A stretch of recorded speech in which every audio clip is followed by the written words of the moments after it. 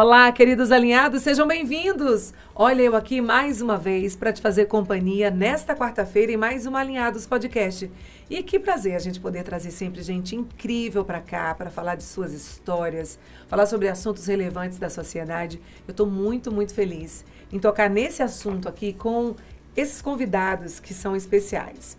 Ela, eu conheço há muitos, muitos e muitos anos. Gente, essa mulher, ela tem uma história incrível. Primeiro que é uma mulher empoderadíssima, né? Que sempre lutou pela causa racial. E falar com ela, estar com ela aqui vai ser muito especial. Estou falando de doutora Lucimere Passos. Ela que é professora e advogada. Ela é presidente da Comissão Pró-Igualdade Racial da OAB Caruaru. É pesquisadora da Universidade Federal de Pernambuco. Mestranda em Direitos Humanos da Universidade Federal de Pernambuco. Então, estamos muito bem acompanhadas. Deixa eu dar o nosso... Não vou dizer boa tarde, mas seja bem-vinda. Prazer lhe receber aqui, doutora Lucimere. Aline, o prazer é meu, depois de tanto tempo, reencontrá-la, né? E poder conversar com você, junto com o João, né? Durante uma parte dessa tarde, sobre assuntos relevantes e de interesse público. É um prazer, uma alegria. Uma alegria toda minha. Já que a senhora falou, já quase que apresentou o João Holanda, é estudante do curso de Psicologia da Unifavip-Wide, um dos idealizadores do projeto de extensão que tem como tema Mulheres Negras, promovendo a inclusão no mercado de trabalho com equidade racial. Tema incrível, eu estava dizendo, coincidiu, nem que a gente tivesse propositalmente já escolhido um tema tão pertinente, porque o Enem, gente, trouxe na redação aqui desafios para a valorização da herança africana no Brasil. Então, assim, a gente está, né, muito feliz em poder tocar nesse tema, já antecipando o dia 20 de novembro, que é um dia da consciência negra, de falar sobre tudo isso, e eu estou muito feliz. João, bem-vindo. Olá, boa tarde, Aline. É um prazer estar aqui, doutora Lucimere, para a gente falar um pouco de um tema tão importante para toda a sociedade, não é? Imagino. Primeiro eu vou questionar para depois falar com a doutora Lucimere, que ela chegou para complementar, para brilhantar esse projeto. Como é que nasceu o projeto, né, de extensão na faculdade? Qual foi o start que deu para vocês, estudantes de psicologia, dizer assim, a gente vai falar sobre um tema tão relevante? Sim, nós estamos concluindo uma cadeira que se chama Fundamentos da Antropologia e Sociologia, que acaba unindo a sociologia e a antropologia com os estudos da saúde mental. E aí é uma disciplina de extensão, então nós não temos prova, nossa avaliação é através de um projeto de extensão. Inicialmente foi fornecido para a gente 4 opções de temas, que seria fazer um projeto com mulheres, ou um projeto com a questão da equidade racial, ou com a questão do público LGBTQIA+, ou com a questão das pessoas com deficiência. Daí a gente se reunindo, a gente escolheu que iria tratar de mulheres. Só que a gente achou assim um tema muito vago, queria especificar mais. E acabou unindo com outra sugestão que seria a equidade racial. E aí surgiu o tema Mulheres Negras, promovendo a equidade racial no mercado de trabalho, né? Imagina. Vocês começaram então a destrinchar muitos assuntos importantes a partir desse projeto, né? Sim, principalmente porque é um grupo de 7 pessoas onde nós não contamos com nenhuma mulher negra. Sim. Então, foi um desafio muito grande, primeiramente, a gente mergulhar na temática, porque a gente não sente na pele o que uma mulher negra sente diariamente no mercado de trabalho, não é? Então, a gente estava num projeto onde a gente não tinha o devido lugar de fala. Então, a primeira coisa que a gente fez foi procurar pessoas, como a doutora Lucimere, que tem, de fato, o local de fala. Fizemos visitas, estudos, e aí começamos um estudo teórico para depois pôr em prática, e graças a Deus deu muito certo. O projeto ele foi além, ele se transformou em mais do que um projeto. A prova é que vocês estão aqui, né? Sim. A gente está aqui muito feliz. E assim, lugar de fala não precisa falar da senhora, né, doutora Lucimere? Não, eu sou uma cidadã do mundo, né? Eu hoje sou uma cidadã do mundo. Ah, meu Deus! E tenho dedicado a minha vida, né? Parte de minha vida, exatamente a tornar esse mundo algo em que todas as pessoas, né? Se não todas, mas a grande maioria, sinta-se incluída, né? Sinta-se respeitada, sinta-se reconhecida, né? Porque, inclusive, o reconhecimento é uma teoria sociológica, né? E aí a gente recebeu com muito prazer o convite do pessoal da Unifavip, através da Joana Oliveira. Tivemos a oportunidade de fazer uma palestra com alunos do curso de Direito, né? Do curso do curso de Direito, mas aí a Joana é de Psicologia, estava presente e aí conseguiu nos levar a também conhecer um pouco desse trabalho que estava sendo realizado por esse grupo de alunos e que a gente pudesse, vamos dizer, somar a ideia, poder discutir, poder acompanhar, né? E cá estamos para isso mesmo. Que coisa boa. Já que você falou de Joana, vem cá, Joana. Eu não poderia ficar aqui sem... Ela é a nossa numeróloga, né? Maravilhosa. Já participou de muito...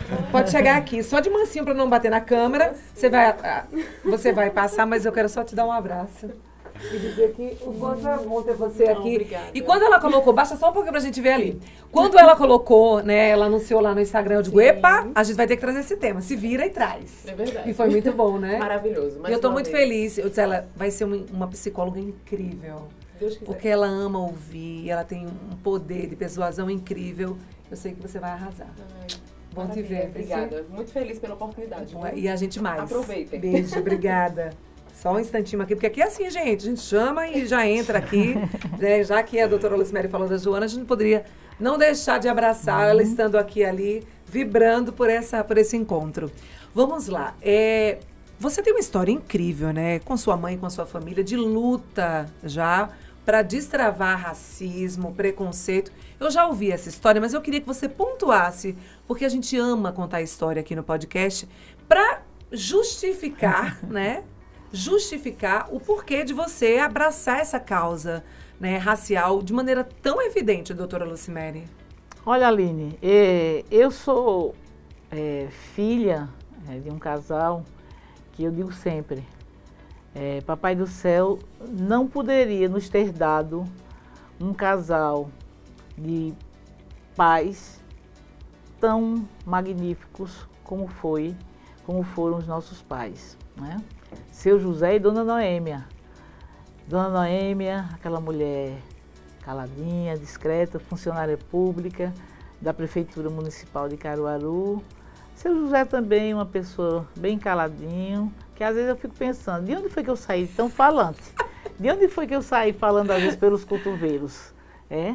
E aí, eu sou a mais velha de 3 irmãs, né? Nós não tivemos irmãos homens. E aí, assim, eu posso me avaliar assim, como uma pessoa de uma natureza muito inquieta. Desde criança, que eu sempre fui uma pessoa muito inquieta. Uma pessoa, assim, que ficava sempre alimentando na cabeça, ou então pensando por que certas coisas estão acontecendo. Ou então, por que é que é feito e eu também não posso estar ali presente. Uhum. Como meus pais, eles não tinham essa natureza, essa impulsividade, eu posso até assim dizer, né? Muitas vezes eu fui tolhida, entendeu? Ô, menina, fica na tua. Mas eu tenho uma história tão interessante, assim, eu digo interessante porque eu estou vendo se repetir hoje. Sem que nas minhas netas, sem que houvesse, por exemplo, uma indução, elas tivessem nem sequer conhecimento disso. Eu, inclusive, esses dias aí, quando eu tiver mais tempo, eu vou me sentar com elas para dizer, o que vocês estão fazendo isso, eu fiz no passado. Eu tinha aproximadamente 8 anos, né? E aí, gostava muito de ler, naquela época, revistinhas infantis. Mas até pela condição, assim, de trabalhadores, né? Com uma condição bem limitada de vida, meus pais, eles não tinham essa condição assim de estar comprando revista. Livros, nós tivemos sempre o essencial. E o essencial sempre com uma dose imensa de amor, uma dose imensa de carinho, uma dose imensa de cuidados.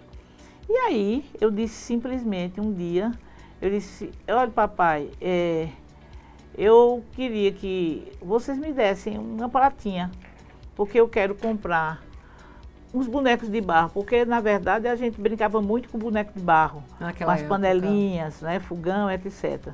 E aí eu queria usar isso, eu queria comprar para vender.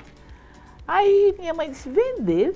Por que esse negócio de vender? Eu disse, não, porque é o seguinte, eu gosto de revista e eu sei que... Aí quando pedia, dizia, não, eu não tenho dinheiro não, deixa para o mês. E aí eu queria isso aí. Aí me foi concedido, né, o primeiro empréstimo sem ser pelo Banco Mundial. Foi empréstimo familiar mesmo. E aí eu fui, meu pai era aquela criatura extremamente dócil, aquela pessoa extremamente tranquila, paciente.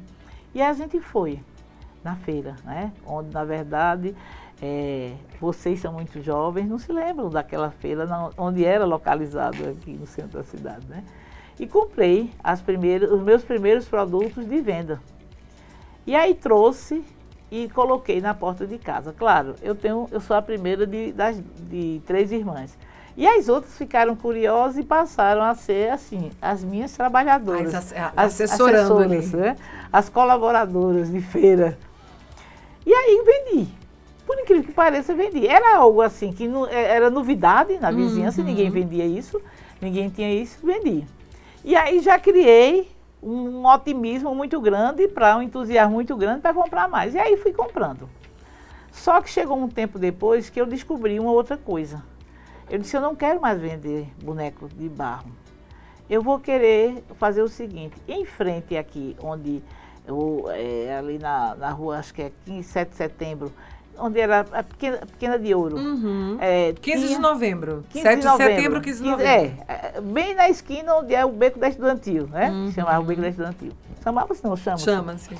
E aí ali tinha um comércio de revistas e vamos dizer assim, gibis já usados. O pessoal comprava, lia, arrancava a capa e vendia.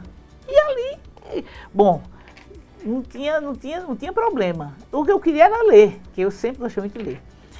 E aí comecei. Aí papai disse, mas esse negócio não vai dar, porque lá sempre tinha muito menino. Sabe, quem era os maiores compradores era menino. Mas eu ia numa boa, nunca tive problema, trocava, vendia, trazia, aí trouxe para a porta para vender essas revistas, revistinhas infantis e tudo mais. Depois, para você ver, quando eu disse a você que eu era uma pessoa inquieta, o meu pensamento estava sempre sendo renovado, em fazer algo diferente. Aí depois de um certo tempo eu já não quis mais vender gibis. Aí eu digo, sabe de uma coisa? Eu vou fazer roupa para boneca. Confeccionar roupa para boneca, vestidinho para boneca. Nós morávamos próximo a pessoas que costuravam, e eu pegava esses retalhos. Eu pegava uma agulhazinha, né? Nós tínhamos uma casa com 3 meninas, sempre tínhamos muita boneca. E fazia a roupa, aí meu pai disse, eu quero saber onde é que tu vai vender isso agora.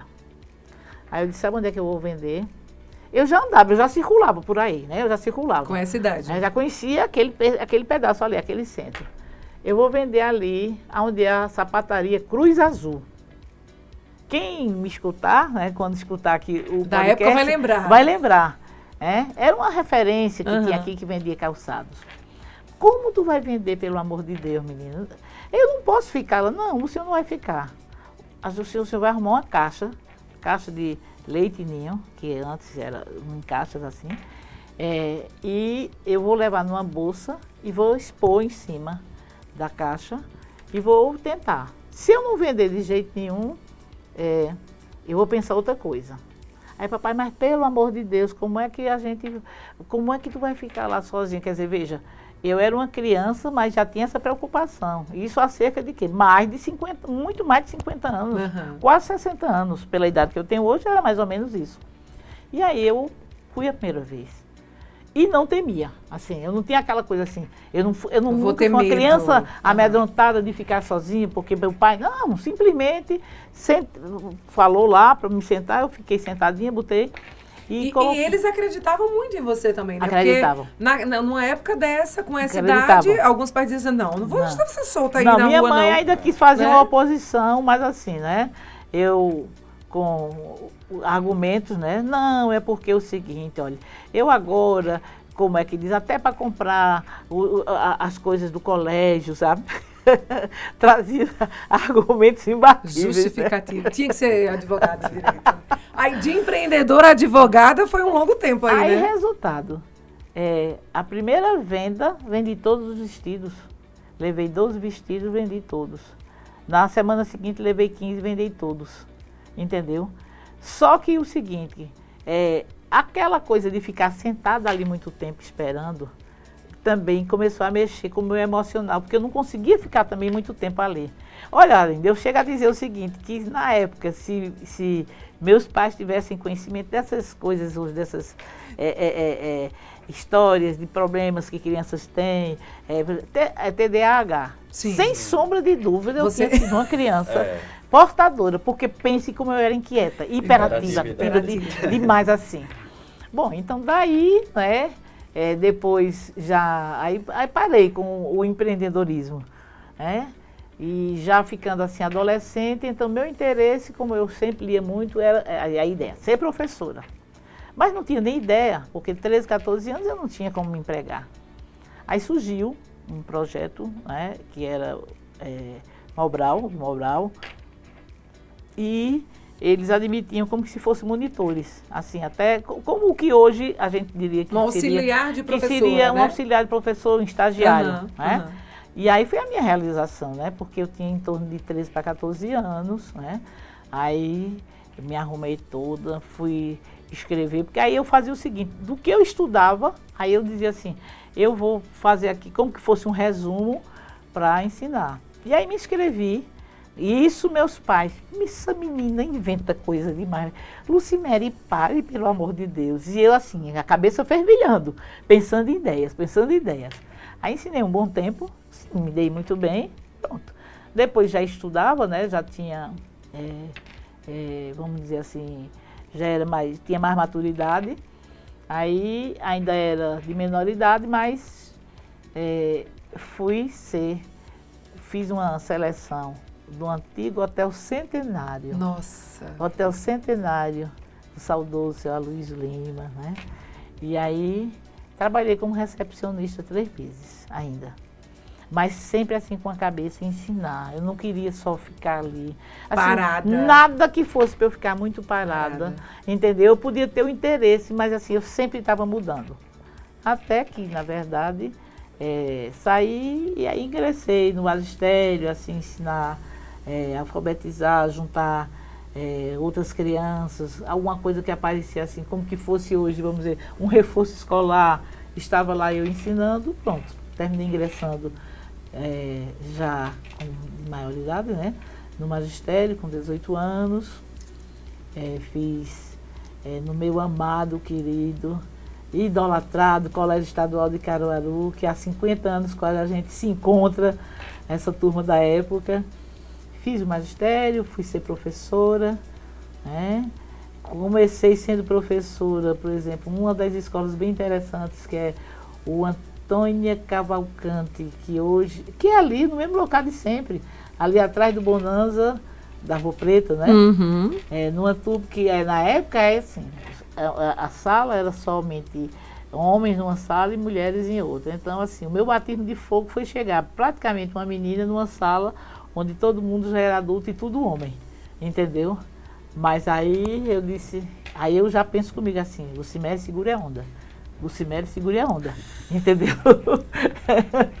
E segurava mesmo, pronto. Então depois, seguindo professora, e tinha assim sempre um sonho, né? Eu ser advogada. Mas eu sempre também tinha a ideia das limitações. Eu nunca fui assim uma pessoa ousada de querer dar um voo assim, sem que tivesse, vamos dizer assim, segurança, sem que tivesse uma certa estrutura. Muito fora do seu alcance, não, né? Não tinha. Meus pais, né,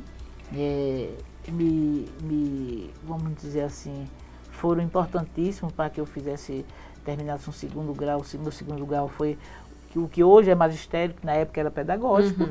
E aí, bom, depois me inseri, já como professora. Na época que eu terminei, assim, não tinha ainda, vamos dizer assim, concursos, mas assim, você já tinha assim, uma rede de amizades que lhe conhecia, porque você já tinha feito isso para alguma entidade, algum grupo, e assim fui me inserindo, me tornei professora realmente.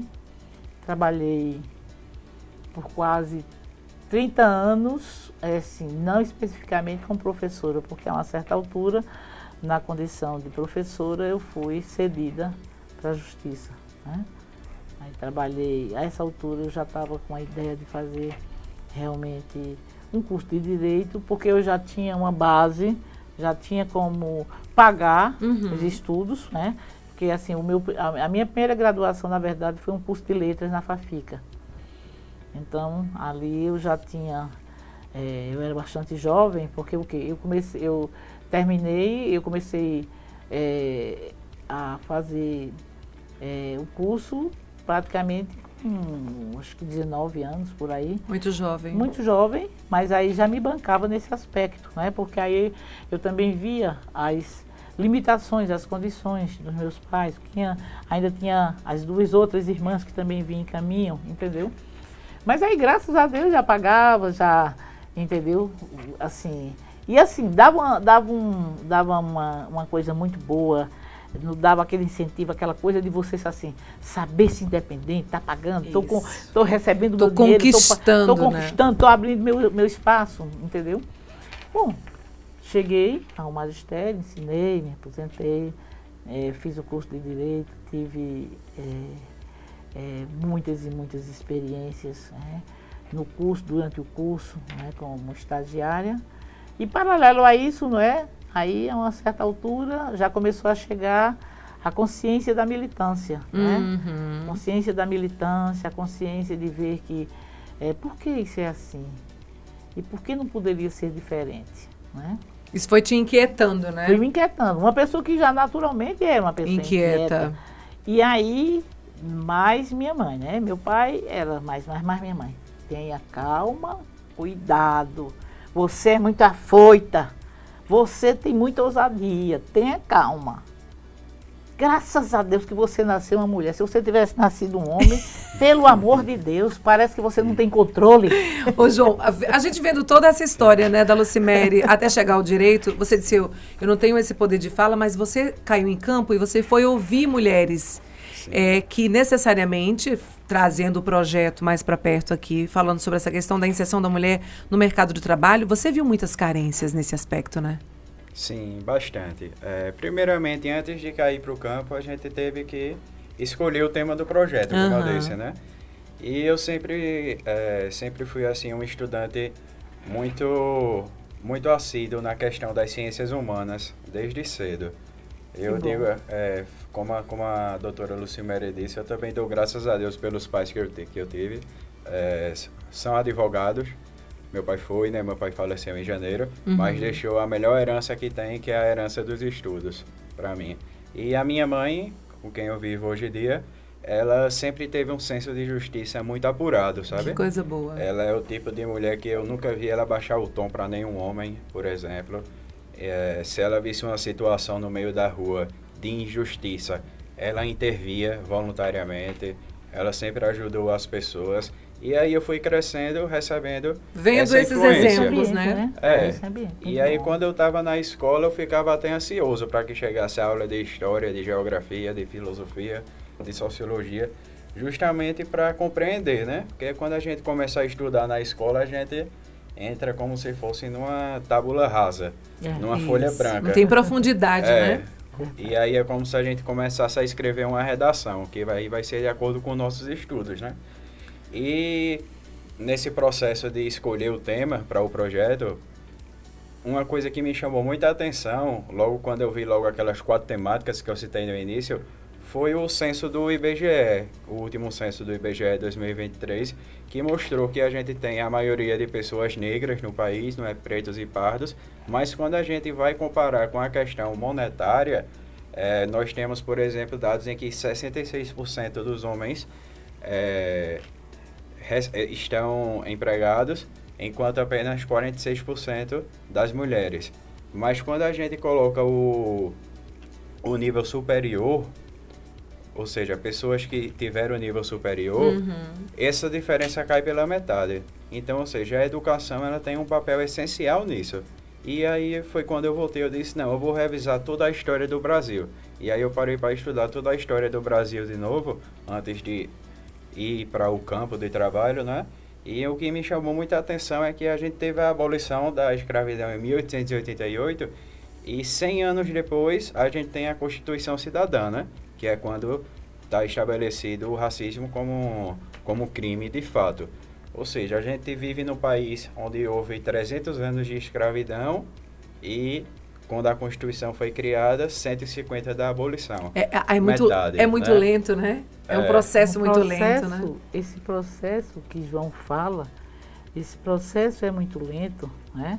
É um processo inacabado, a gente tem que dizer assim, né? Porque, veja bem, nós estamos hoje há 136 anos de uma lei curtinha, né? Uma lei curtinha, salvo melhor juízo, eu acho que a lei, o texto da Lei Áurea se constitui, acho que é 5 artigos somente, bastante curtinhos, e foi uma lei que, na verdade, eu não sou historiadora, eu não estudei história, mas em função dessa minha participação social, em função dessa caminhada na militância, eu sou obrigada, sim, a conhecer esse rastro histórico do que começou lá atrás até o presente. Né? Então, primeiro que a gente sabe que aquele fato histórico não aconteceu, não foi um fato previamente estudado, não foi um fato previamente discutido, não foi um fato em que se pensou pós-abolição, o que seria feito com esse contingente de pessoas que até então viviam sob o jugo de outras pessoas, da forma cruel, da forma desumana, né? Porque até um certo tempo, durante o período da escravidão, nós, negros e negras, eu quero falar da minha ancestralidade, sim, éramos considerados objetos, né? Por exemplo, eu não cheguei a conhecer o texto, mas, por exemplo, em inventários antigos, entendeu? Está lá declarado os bens que determinadas pessoas em Caruaru tinham, e entre elas lá uma leva de escravos, né? Por exemplo, fulano morreu e deixou tanto de terra, deixou tantos imóveis, deixou tanto em dinheiro em banco, deixou tantos bois, tantas vacas e tantos negros, entendeu? A única diferenciação era tantos homens, ou tantas mulheres, ou tantos negrinhos, entendeu? Então, quando existia na cidade, eu não me lembro eu não sei se você lembra, mesmo você sendo uma pessoa muito jovem, vocês, quando tinha aqui o jornal, a Vanguarda, eu não sei se você lembra que tinha uma parte nas primeiras edições que lá registrava, né? Vende-se um negrinho, entendeu? Tinha esses registros, né? Tinha uma mulher, vende-se um negro forte, tanto de altura, entendeu? Então, esse processo desumanizante, ele, de forma, vamos dizer assim, muito inacabada, ele terminou naquele 13 de maio. Por isso, quando eu entrei aqui, que eu perguntei a você, Aline, você conhece um artista baiano chamado Lazo Matumbi? Você precisa conhecer. Eu vi falar, mas não conheço com profundidade. Depois você nota, ele tem uma música chamada 14 de Maio, que ele retrata. 14 de Maio, Lázaro Matumbi, né? Ele é baiano, então depois você escute o que é que ele diz. Não se preparou, né? Tanto a debilidade desse instrumento legislativo foi tão grande que não se preparou. Ora, como é que você liberta e não dá um norte? Uma quantidade enorme de pessoas e depois você não diz, não predispõe. Ponto, a partir de agora, essas pessoas ficarão assim ou assado, serão destinados para isso, para aquilo. Os mais idosos, não. A Ficaram partir ao de léu. agora, aí a festa, né, no dia 13 de maio, aquela festa enorme, comemorando, não sei o quê, bebendo, dançando, tudo mais. E no dia 14? Para onde essas pessoas foram, né? As pessoas foram com essas famílias, com essas crianças, esses idosos. Né? Então, por que é que muitos ainda voltaram? E preferiram voltar, né? Para poder. E as políticas que vamos dizer assim, que foram criadas, não foram para aquele contingente. Foi para absorver uma mão de obra estrangeira, né? E não foi simplesmente por isso.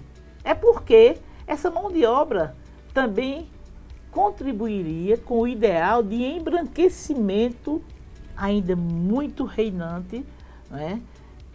Na época. E mão de obra barata também, né? Acessível, né? Para o poderio. Uma coisa incrível, né? Aí as mulheres se inserem desde daquelas primeiras mulheres, as chamadas quituteiras, né?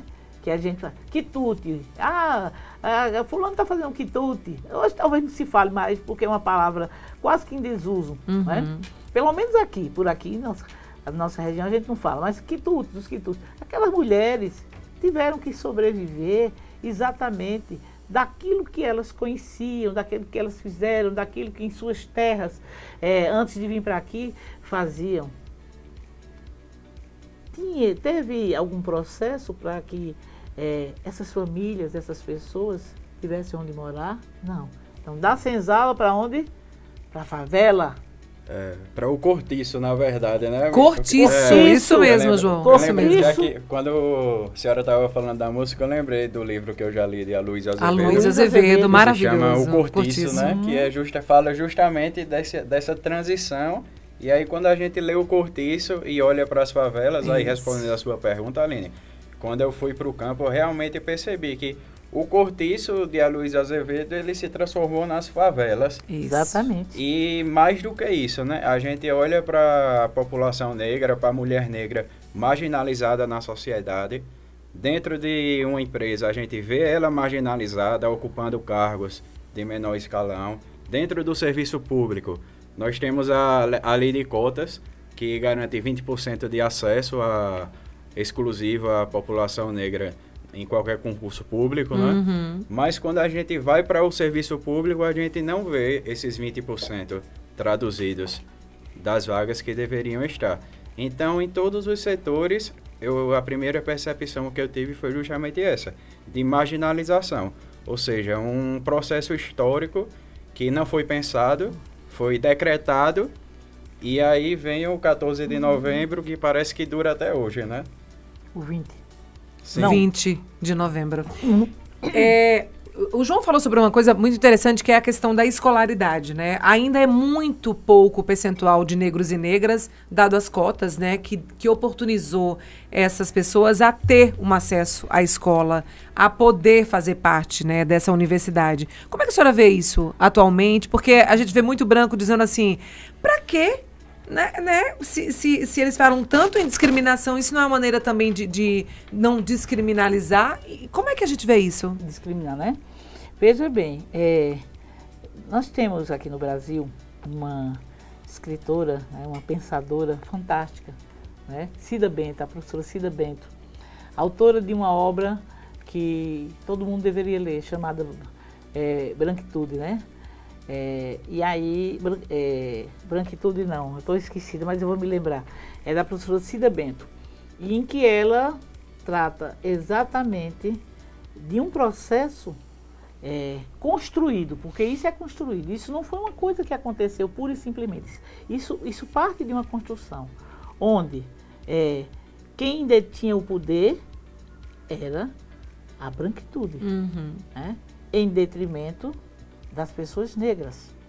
E isso se construiu de tal forma que se espalhou em todos os setores, em todas as esferas. Por exemplo, ele falou do serviço público. A lei de cota do serviço público é uma coisa recente. Isso não é uma coisa nem de 50 anos, isso é uma coisa de o quê? Acho que deve ter... Foi em 2014, né? 2012. 2014 a de 2012 cota do foi serviço a social, público, e né? 14 é do... Pronto, então você veja bem. Mais ou menos nessa época, aí, logo que esse instrumento legal passou a ser vigente, eu estava participando de algumas atividades, né, de discussão no campo étnico-racial, e estávamos num determinado setor aqui, da época, acho que na prefeitura, foi num local aqui na prefeitura. E aí estava uma discussão exatamente de quem está ocupando aqueles espaços. Então, eu disse, de uma forma até precária, né, porque não existe o rigor científico de uma pesquisa com rigor científico, mas vocês querem ver o que é o quadro exatamente dessa discriminação, dessa exclusão? Eu vou mostrar somente aqui. Veja, nós estamos aqui numa sala, era um grupo que estávamos em torno de 10 pessoas. Eu disse, vamos fazer o seguinte, vamos circular aqui dentro, nessa área aqui. Nesse departamento. Nesse prédio aqui, onde tinham diversas salas lá fechadas, tudo mais. E a gente vai descobrir quantas pessoas negras existem aqui, né? Tudo bem. Aí algumas disseram assim, não, mas fica chato. A gente vai perguntar assim, não, quantas pessoas trabalham aqui? Porque está visível, quando a gente abrir a porta, a gente vai ver. Sim. Né? Então aí, quantas pessoas já trabalham aqui? Então a gente vai anotando. E aí, praticamente um universo invisível, né? Da presença de pessoas negras ali. Aí eu disse assim, me diga uma coisa, aqui tem, onde é que fica a parte da copa, do pessoal que trabalha exatamente no serviço invisibilizado? Não é um serviço que a menosprezado, né? Isso. Não é demérito. Sim. Você trabalhar em qualquer... Agora, por que só naquele espaço que é para os negros? Aí eu fui na sala, onde era a copa, né? Aí quando eu chego lá, tinham três mulheres negras, de média idade. Aí eu perguntei assim, quantas pessoas tem aqui, senhora? Temos nós 3. Eu disse, não tem mais ninguém não? Claro, eu não ia perguntar assim, porque eu não estava fazendo realmente uma pesquisa científica, e até porque às vezes o tipo de pergunta pode até chocar. Eu ia perguntar assim, tem alguma pessoa branca? Não foi por aí. Estava visível, estava vendo ali 3 mulheres negras, inclusive as 3 com a pele muito mais escura que a minha, né? E aí, quando nós terminamos, que voltamos para a sala, eu digo... E aí? Que conclusões vocês tiraram? E aí? Vocês estavam conosco? Vocês viram, né? Que não existe. Agora, ainda existe, mas aonde?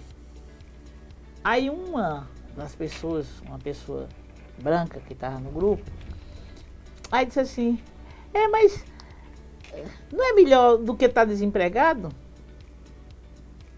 Entendeu? Veja a colocação. A falta de conhecimento, a falta de consciência. Então, claro e evidente que, assim, dá vontade de você dizer uma coisa que você nem quer, né? E partindo de uma pessoa impulsiva, como sou, então, é que dá mesmo. Mas aí, eu me lembrei de minha mãe. Cale sua boca, você é muito impulsiva. Não fala demais, você fala demais.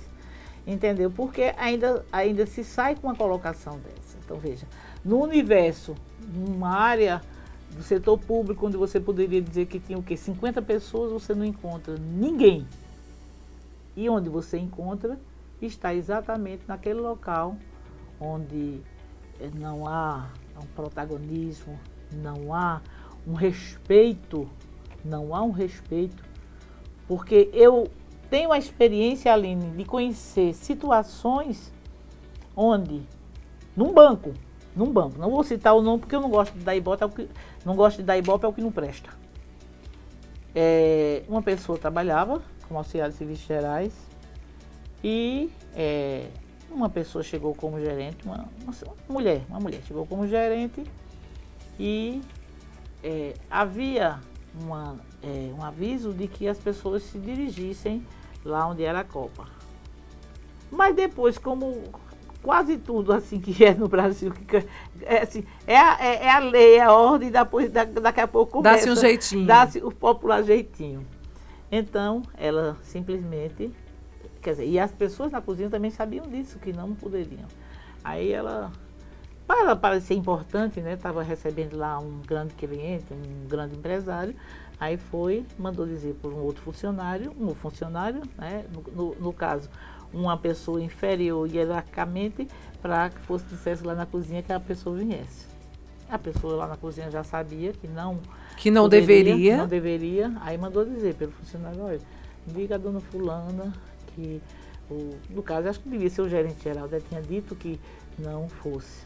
Ela simplesmente respondeu, diga a ela que venha, porque quem manda aqui sou eu. Quer dizer, na carteira dela, não era no banco não que tinha uma chefia geral. Diga a ela, porque ela é apenas uma auxiliar de serviços gerais. Ela não falou negra, né? Porque eu até procurei saber de quem escutou tudo isso, se ela tinha falado, ela não falou. Mas eu acho que faltou muito pouco para ela dizer, diga aquela negra que está lá na cozinha, que eu sou a gerente, eu sou a pessoa branca que estou aqui, que ela venha mesmo. Entendeu? Aí ficou lá reclamando e depois parece-me que ainda houve um constrangimento dela ter ido lá e ter dito umas coisas que ela estava desobedecendo a ela. Ah, mas eu recebi uma... Não, você tem que me obedecer. Seu fulano não está aqui sempre, então você tem que me obedecer. Entendeu?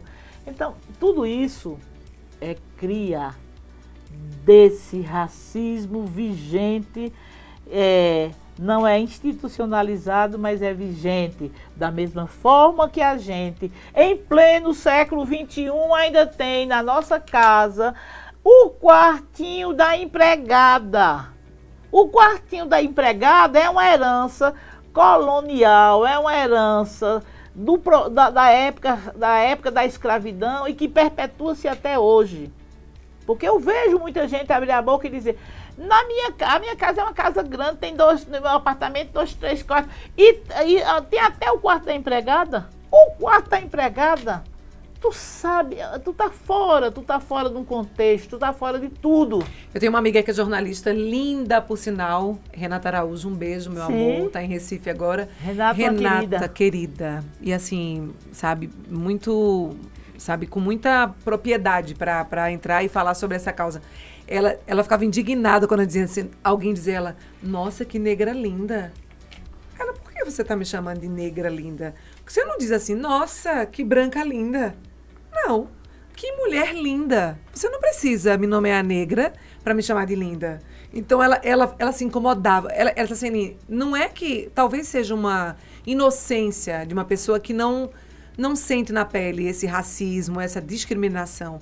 Mas, talvez não seja por maldade, mas a gente tem que fazer essas correções para que a pessoa entenda que ela não precisa me chamar de negra linda, ela precisa me chamar de linda. Ou então, quando olha para você e diz assim, não, mas você não é preta, não. Você é uma negra de alma branca. Você quer morena, você não é preta. Você quer me desconstruir, literalmente. Venha com essa... Não, mas você não é negra. Negra é aquela pessoa bem preta, da pele bem escura. Você não é negra, não. Você é uma morena. Ou então... não, você é quase uma pessoa parda. E aqui eu faço um parêntese para explicar a história do pardo. Né? Que a gente incorpora a nossa linguagem, mas a gente não sabe o que é a história do pardo. Pardo, né? Mais antigo na nossa história... eram as pessoas, os filhos dos abusos sexuais, das violências sexuais, os filhos nascidos dessas relações, entendeu? Por exemplo, o senhor de engenho, o filho do senhor de engenho, que abusava sexualmente, né? Então, aquela criança, aquele filho, ele não saía com a cor, Ele nem era escura. negro, nem era branco. Nem era branco, então era pardo. Então, isso, inclusive, até hoje ainda é admitido, porque muitos se ressentem ou ainda se envergonham de se assumir na condição de negros. É isso. É importante toda essa conceituação, porque no ambiente acadêmico a gente vive como se fosse no mundo à parte, né? Quando na verdade a universidade ela tem a missão de fazer uma ponte com a sociedade. E aí a gente não vê tantos casos de racismo ao vivo na faculdade, mas quando a gente passa a compreender um pouco mais, a gente é como se tivesse uma expansão. Você tem um olhar mais aguçado, né? Mais perceptível, né? Nesse aspecto. Justamente. E aí a gente passa a ver que existe e muito na sociedade. E aí um dado curioso é que tanto quanto eu fui visitar o Ministério Público, especificamente o setor de direitos humanos lá, que é do procurador Dr. Itapuã, quanto na Secretaria de Políticas para as Mulheres, eu fiz uma pergunta que era em relação a se eles recebiam muitas denúncias de casos de racismo. Porque no meu imaginário teórico, o Ministério Público deveria receber muitas denúncias, já que a gente vê isso na sociedade. E aí ele me disse que, curiosamente, não recebe muitas denúncias. E na Secretaria de Políticas para as Mulheres nunca chegou nenhuma denúncia. E aí, ou seja, o que é que eu trago para a gente refletir? Essa conceitualização do que é ser negra, na verdade, né? Que a mulher tem que ter. Que é uma construção, né? É uma construção. Às vezes é uma aceitação mesmo, né, João? Porque às vezes ela é negra, mas ela não aceita que ela é negra. Também tem esse detalhe, né? A psicanalista, né? Que ela hoje é falecida. Foi um ser humano excepcional, Neuza de Souza Santos, né? Sim, da reforma, né? A autora do livro, como é que diz, quem é negro, né? Quem é negro no Brasil, sobre essa construção.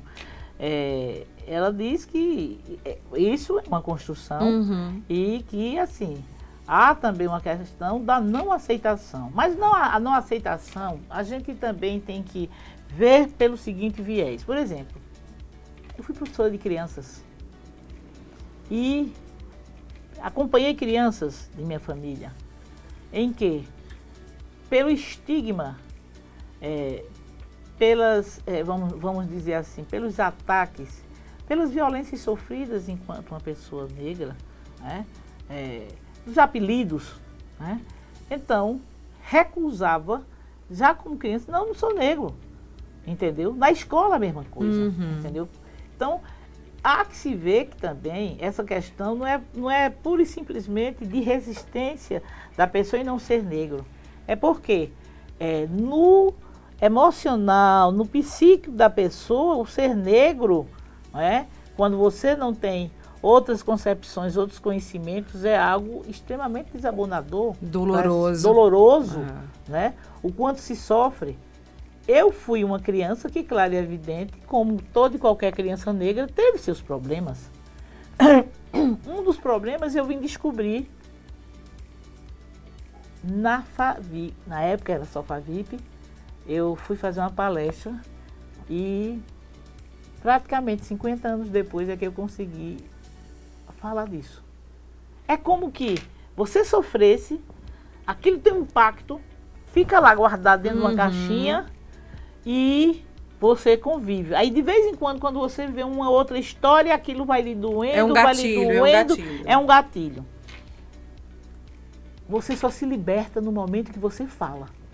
No momento quando você fala, quando você grita por mim, se aconteceu e eu superei, agora eu estou falando, então... Quando já não dói mais, né? Quando já não dói mais. Fui fazer uma palestra na FAVIP, até para uma turma de psicologia mesmo. E lá, não sei como foi que, assim, a história tomou rumo, eu lembrei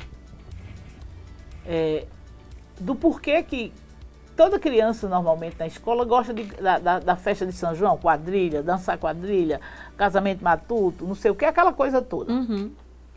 E eu entrei para a adolescência, entrei para a idade jovem, adulta, assim, fazendo de conta que aquilo que eu não gostava daquilo, que aquilo não prestava. Eu adorava São João, mas não gostava, adolescente, eu não gostava. Negócio de dançar quadrilha. Não. Eu não gosto de dançar quadrilha. E isso tem uma história. Criança na faixa de 9 anos, numa sala de aula, muito impossível, como sempre fui, inquieta e tudo mais, vai haver a escolha para a Rainha do Milho. Uhum. Quem foi a primeira pessoa que levantou o dedo para ser? Euzinha. Eu quero, eu vou ser.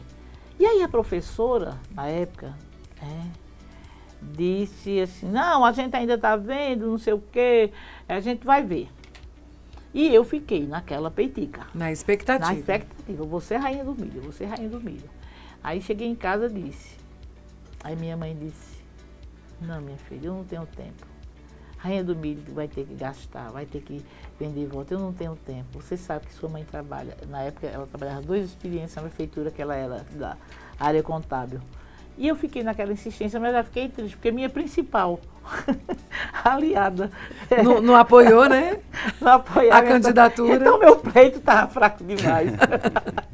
Aí retorno para a sala. Aí eu tinha uma amiga, que era unha, carne e cutícula, como Joana.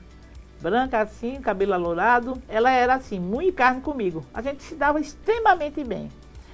E aí, quando chega o dia da escolha, a professora disse, quem vai ser a Rainha do Milho é Marcela.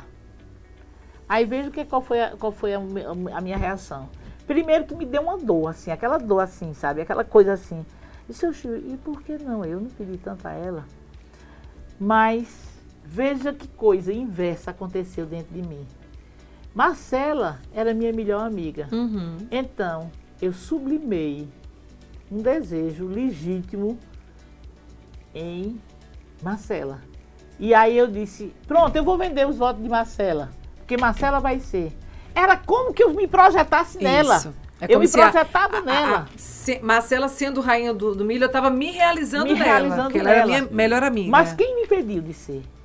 Um racismo que não permitia que E depois a raiva para não dançar quadrilha. Na hora da escolha dos pares, as meninas negras, na maior parte, sempre sobravam. Aí qual era o jeito que a professora, a escola dava? Não, então você vai ser o homem. Você veste uma calça, bote um sapato, uma botina, não sei o que, você vai ser o homem. E eu detestava essa história de ser homem. Que entendeu? Você queria eu ser queria batuta. ser mulher, eu queria achar bonito o vestido. Mas o racismo também me impediu, como impediu toda uma geração de meninas de conseguir. Aí da quadrilha, o que é que eu fiz? Eu peguei raiva, não quis nem saber. Agora, de Marcela, não. Eu olhava para Marcela e sentia como se fosse eu. No dia do desfile, tudo mais, botar aquela coisa da... A coroa, né? A coroa, né? tudo mais. Tá eu lá, batendo palma, tudo mais. Para você ver como isso é forte. Aí depois me tranquei nisso. Não consegui mais falar para ninguém. Eu acho importante de trazer à tona a questão da representatividade, né? Em vários setores e segmentos da sociedade, em artes cênicas, enfim. Eu acho que houve uma melhora considerável com relação a isso, porque hoje você tem uma boneca negra, que a criança negra ela pode comprar e se identificar que aquela boneca parece com ela, que tem um cabelo afro. A própria Barbie, historicamente falando, uma das bonecas mais antigas do mundo, mais de 50 anos. Hoje tem negra, Hoje né? tem a Barbie negra, hoje tem a Barbie afro. Então, assim, a gente vem a passos lentos, evoluindo e melhorando nessa questão da identificação, né? De eu me sentir representado em alguns setores. Mas a gente ainda peca muito, né? Em outras situações. O que você fala, ou que o João pode trazer também como fala, a respeito dessa representatividade, do quanto isso é importante, né? Para quem é negro? Eu acho que, primeiramente, a gente tem uma compreensão de que o racismo ele é estrutural, não é? Isso. Ele não é institucional, ele não está ligado a alguns pontos da sociedade. Não, o racismo ele é generalizado. Então, a gente acabou de ouvir um exemplo aí de doutora Lucimari na escola, uma criança com uma idade de diversos sonhos, desejos, onde vai sendo construído todo um ideal límbico de amor, de emoções, de respeito, não é? E aí a gente vê que a gente está inserido numa estrutura onde o amor e o respeito, ele é deixado de lado em nome do poder. Infelizmente. É isso que eu observo. Sou um homem branco, então por isso que eu digo que eu observo. Eu não sinto na pele. Sim. Não é? A gente não pode falar, né, sobre isso. E aí eu me lembrei, ele falou dessa questão estrutural, e eu lembrei o nome do livro da professora Cida Bento, Pacto da Branquitude. O Pacto da Branquitude nada mais é do que, ele é primo irmão do racismo estrutural. Por quê? Porque ele fecha quase todos os canais, se não de maneira violenta, mas de uma maneira que impede, né? Ele circula em quase todas as esferas a sua presença ali. Por exemplo, quando eu cheguei como advogada no fórum, eu fui cedida, né, professora, aí fui cedida para trabalhar na assistência judiciária e designada para ficar numa vara, onde fui, tenho que dizer, muito bem acolhida. Eu não tive amigos e não tive um juiz, não. Eu tenho que registrar, porque se fosse uma coisa ruim, a gente às vezes falava. Sim. Mas, de bem, Dr. José Rabeiro de Araújo Pimenta, juiz criminal da 2ª Vara Criminal, foi um verdadeiro pai. Porque uma coisa é você aprender direito penal, direito processual penal na faculdade, e outra é você ir para o campo diretamente. Quando eu cheguei, o primeiro batismo de fogo que ele deu foi o seguinte: doutora, vou lhe designar advogada da penitenciária Juiz Plácido de Souza. Como eu encaro desafio mesmo, aí eu disse, eu vou. Aí até algumas das meninas que trabalhavam lá na vara, tu sabe que eu trabalho na penitenciária? Não, sei não, mas eu vou. Eu vou sentir lá, experimentar. Vou sentir. Eu quero conhecer essa história, eu quero conhecer essa história de perto. E como é, Lucimete? Eu vou conhecer. Aí disse aos meus, né? Os meus, ficou meio preocupada. Rapaz, trabalhar numa penitência. Que tem mulher lá? Não tinha. Porque hoje, não, tem um corpo multidisciplinar, como psicólogo, né? Como é que diz, assistente social, tudo mais, mas na época não tinha. E você foi e encarou? E eu fui e encarei. Primeiro, já tive uma coisa assim que me chocava, assim, no fórum, não tinha outra advogada negra. Você já sofreu diretamente esse racismo ou discriminação? Diretamente assim, para a pessoa me atacar, assim, não. Com palavras não, mas com atitude sim, que eu percebia claramente. E como é que era a sua reação com relação a isso? Você fazia de conta que não entendia? Não. Eu sou assim, eu tenho uma natureza um tanto quanto reativa. Né? Algumas situações, eu reagi na discussão feia, entendeu? Mas não foram muitas situações, não, porque assim, quando você também reage, quando você também diz que não aceita, que aquele espaço também é seu, que você também tem direito, então já uma conformidade ali. Exatamente. As pessoas já lhe veem com outros olhos. Com outros olhos.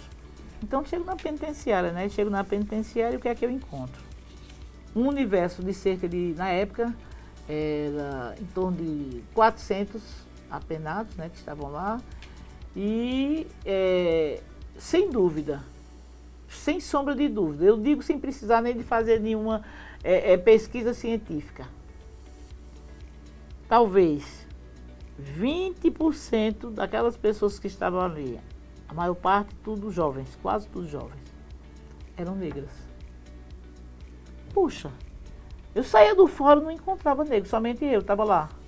Aí quem outra pessoa negra que circulava? O doutor Zé Veríssimo, que hoje é falecido, advogado. Mas eu não via. Eu não via. Para melhor lhe dizer, nem quem era auxiliar de serviços gerais. Judiciário, né? Judiciário. Então, eu não via. Agora, quando saía de lá para existe uma inversão. Exatamente. Quer dizer, 80% eram negros e 20% brancos. Exatamente. Por aí, você falou 20%. 20% brancos. Exatamente. Entendeu? Entre os agentes, que hoje chamam agentes penais, né? Então, pessoal de agentes penitenciários, que na época chamava agentes penitenciários. Quantos negros? Quantos diretores? Quando a gente traz para essa realidade agora, meu Deus, o tempo tá voando, meu diretor dizendo assim, olha, tempo, já deu. Quando você traz para essa realidade agora, dessa vivência, das suas experiências, de João que vai em busca de números, de entender essa história e trazendo para a realidade, como é que você vê o futuro, né? Já que a gente está num caminhar meio que lento, gradativo, mas de melhora, de a gente enxergar que tem juiz negro, que tem advogada negra, que tem médico negro, que tem policial negro, Sim. que tem jornalista negro à frente de um jornal, né, nacional. Sim, âncoras. Âncoras. Como é que você vê isso? A gente vê a passos lentos uma melhoria e uma representatividade que é de suma importância, né? Para dizer aquela criança negra que está entrando na escola, eu posso ser isso também. Eu quero ser isso também porque eu posso. Como você bem disse, né? E até perguntou a João. A representatividade é algo extraordinário. E quando uma criança, eu já cheguei a ver alguns vídeos em que ela olha lá e vê uma jornalista, uma âncora negra, ou então uma cantora negra, Sim. ela se sente, especialmente se ela se vê com Uma cabelo. atriz protagonista, né, de uma novela, que a gente não via isso, né? É como você disse, a negra, ela estava na cozinha, ela era empregada, eram papéis menores, né? A OAB, uma vez, fez em Recife, um evento onde eu fui, como outros advogados foram também. E lá, a mesa formada, né, era uma espécie de simpósio, todas brancas. Todas mulheres brancas, loiras. E praticamente no auditório tinha umas 2 ou 3 negras, eu e mais umas 2, porque já numa capital esse universo já se torna maior, né? Uhum. E aí, de repente, eu conhecia muito uma das pessoas que estava na mesa, e ela disse assim, Lucimere, nós estamos enfrentando um problema. Aí eu disse, veja, é o seguinte, amanhã, dando continuidade, porque foi um simpósio que começou de tarde e terminar no outro dia de manhã, a pessoa que vai falar sobre o papel da mulher, de forma genérica, não vamos dizer assim, não limitou a ser mulher negra, assim, ela adoeceu. E elas já sabiam que em Caruaru eu era militante do movimento de mulheres, já estava envolvida naquela luta, delegacia da mulher, não violência contra a mulher, ato público, bate-boca com autoridade, não sei o que, aquele escambau, tudo. Aí eu disse, sim, e daí? Aí ela disse assim, é tu que vai dar? Eu disse, eu? Gente, você tá louca? Porque como é que você... Uma coisa que agora de tarde, para amanhã de manhã. Minha filha, só a experiência que você tem no movimento de mulher, só o que você apronta em Caruaru, eu digo, não diga isso não. Eu não apronto nada não. Vai ser o suficiente. Aí eu disse, mas rapaz, isso não vai dar certo, não vai. Se você quiser, a gente até dispõe algumas coisas para você ver. Eu estava em Recife, ia ficar de um dia para o outro. Aí vem aquela história, né? A formiguinha do desafio. Vai, Lucimere, empurra, vai lá dentro. Aí eu... Agora é pouco tempo, né? Não, é o tempo, tem meia hora. Bom, aí no outro dia, toda arrumada, né? Chego lá. Aí já vejo os olhares da plateia. Uma bancada de 6 mulheres, 5 mulheres brancas, umas 3 loiras, e lá tá eu. Eu tinha o cabelo assim, desse jeito já. Assim, porque depois eu fui mudando, né? Já tive o cabelo maior, já tive o cabelo assim, assado, mas na época eu tinha ele assim, bem curto. Aí me sento. E assim, eu era a cereja do bolo, né? Todo mundo assim, mais olhando assim, quem é aquela? Quem é aquela? Bom, cheguei, com a graça de Deus, né? Meus bons espíritos de luz também, que operam muito na minha cabeça, dei o meu recado. Nisso, está uma professora chamada Cristina Buarque, que era professora da Universidade Federal e era professora de uma turma de Sociologia e tinha levado um grupo de alunos. Eu estava tão assim que nem tinha percebido, bem mais atrás que estava. E aí tinha assim, alguns alunos negros, meninas também, e eles assim, parados, assim, olhando, né? Aí quando terminou, aí Cristina olhou assim para mim, aí me deu um abraço. Eu nem conhecia ela assim de perto. olha, vem cá. Você hoje conseguiu fazer um efeito, você produziu aqui um efeito que nem é assim, o melhor medicamento, a melhor terapia fazia. Eu disse, qual foi? O que foi? Disse, olha, todo mundo aqui querendo ser advogado, querendo correr, todo mundo aqui da área de sociologia, que era ela, professora e aluna de sociologia. Aline, eu cheguei a dar autógrafo. Acredito. Ele chegar e dizer assim, a senhora pode assinar aqui o seu nome, entendeu? A senhora pode assinar, eu posso lhe dar um abraço. Então, daí é que eu disse, pronto, então, já que isso vale tanto, que eu não tive tantos esses exemplos, né? Eu me ancorei mesmo na força que cada um da gente nasce, no estudo, entendeu? Então foi isso. Mas eu gostaria, antes de fechar, de dizer uma coisa, que eu disse a você, nós iniciamos a conversa, e eu disse da história dos negócios, dos empreendimentos, entre aspas, eu disse, está se repetindo hoje. Eu tenho 3 netas. Tenho netas gêmeas, tenho o prazer de ser avó de netas gêmeas, a mais velha chama-se Giovana, e as gêmeas são Alice e Luana. Então veja bem, hoje elas reproduzem uma história, sem que elas não sabem nem dessa história minha. Sabe que elas moram naquele condomínio ali, em frente ao Maria Zé Recepções, onde minha filha mora, com meu genro e elas. Então, elas começaram com a história de fazer pulseira de miçanga, assim, aquelas coisinhas, né? E a vender dentro do próprio condomínio, entre os coleguinhas. E hoje, a produção, daqui a pouco eu acho que vão ter que montar lá, de Dudu. Dudu. Meu Deus. Olha, elas têm semanalmente o dinheiro para bater perna, para ir pro shopping com a mãe vendendo Dudu. Entendeu? Puxou a quem? Como é que pode? Como é que pode?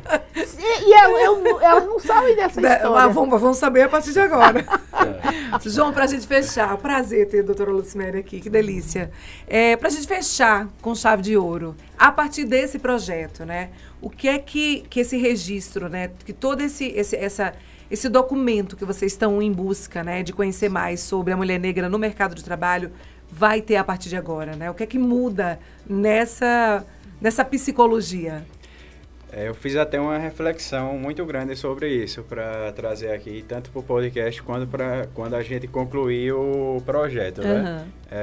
Primeiramente, eu tive uma percepção de que o pouco que a gente faz, a gente não tem noção do quanto pode ser muito, né? Um passo e a gente não está mais no mesmo lugar. Verdade. Nós começamos o projeto fazendo visitas à Secretaria da Mulher, ao Ministério Público e ao Projeto Minas, no Armazém da Criatividade. E a partir da divulgação dessas visitas, a gente teve um boom na nossa mídia social, que teve mais de 6,6 mil visitas, e acabamos sendo convidados para participar desse podcast, de forma muito satisfatória. Nós realizamos uma roda de conversa lá na FAVIP, e nessa roda de conversa a gente criou uma mobilização na sala de aula, onde nós passamos a dar voz a mulheres que estavam tanto na plateia como as convidadas, para falar sobre o tema. E, por fim, a gente fez uma atividade na escola José Bione, uma escola estadual, há cerca de 10 dias antes do Enem, e a temática do Enem coincidiu com tantas informações que a gente levou para aqueles meninos que possivelmente durante todo o ano eles não tiveram a aula que a gente acabou levando para eles, né? Ou seja, eu digo que o nosso projeto, ele tornou-se um movimento, uma luta e um compromisso com a realidade nacional. A esse movimento a gente deu o nome midiático de Negras Lideram. E nessa luta a gente estabeleceu uma causa, que é a justiça social. E assim o compromisso firmado foi de combate contínuo às desigualdades, tanto de gênero como étnico-racial, em uma realidade precária de um país diverso, gigante e rico por natureza. Então eu gostaria de finalizar com um ensinamento, assim, que eu tenho ensinado, na verdade é um ensinamento religioso, mas é um ensinamento acima de tudo de respeito e amor, que, como eu disse, é através do respeito e o amor que a gente vai colocar essa representatividade para frente, e o respeito e o amor vai vencer o poder, que é aquela passagem quando Jesus Cristo está jantando com publicanos e pecadores, e aí chegam os letrados da época, os líderes religiosos, para dizer: por que está jantando com esse pessoal, com esses pecadores, se tu és o Filho de Deus? E aí Jesus responde: não são os sãos que precisam de médicos, mas sim os doentes. Eu vim para chamar os justos e não os pecadores. Ou seja, numa sociedade injusta, onde muitos se consideram justos, a gente vive numa sociedade doente, em que a gente precisa de pessoas que exerçam esse papel de trazer a mudança, de falar sobre o assunto, de fazer um pouquinho e fazer com que esse pouquinho se transforme no muito. Porque, feito eu disse, hoje eu tenho a plena convicção de que não é mais um projeto, é um compromisso que a gente vai perdurar por toda a nossa vida acadêmica, profissional, e aonde a gente for vai ser um exemplo de fala, de representatividade e principalmente de experiência, que era algo que eu não tinha e agora posso dizer que estou começando a ter. Que coisa linda, que coisa boa, né? Eu acho que se cada pessoa, eu acho que acima de tudo é respeito, né? Se cada pessoa, seja ela branca, parda, negra, enfim, se colocar no lugar do outro e falar ou sentir como é que eu gostaria de ser tratado nessa situação, nesse contexto, nessa história. Se cada um pensasse, assim, o mundo seria tão diferente, né? A gente não precisava estar discutindo aqui sobre igualdade racial, sobre preconceito, sobre racismo, sobre inserção da mulher no mercado de trabalho. Isso deveria ser naturalmente muito justo, né? Com todo mundo, como deveria ser. Mas se a gente precisa falar, a gente fala, né? E a gente traz essa fala, e a gente discute, e a gente orienta, é super importante. Eu concluo dizendo, eu sou uma pessoa, assim, cheia de esperanças. Claro e é evidente que num mundo tão conturbado que a gente vive, mas também num mundo onde a gente vê grandes exemplos, até anônimos, de humanidade, de respeito, né? De se colocar no lugar do outro, né? De fazer gestos inteiramente desinteressados. Então, eu, graças a Deus, habitando ainda este mundo, eu digo sempre, um outro mundo é possível. Assim eu creio, porque eu também estou querendo, eu também estou fazendo com que o que eu penso, o que eu desejo, o que eu sonho, se torne possível. Sim, um outro mundo é possível. É o que a gente deseja. João, muito obrigada, doutora Lucimere, não precisa nem falar, né? Pela contribuição tão incrível de vocês com a gente aqui no podcast dessa semana. Já antecipando a próxima quarta-feira, Dia da Consciência Negra. Vamos falar mais sobre esse assunto, discutir, conscientizar. Vamos embora, né? Porque a gente precisa sempre. Um beijo bem especial. Fiquem todos com Deus. Paz e bem a todos. Até quarta, eu encontro vocês, hein? Até lá.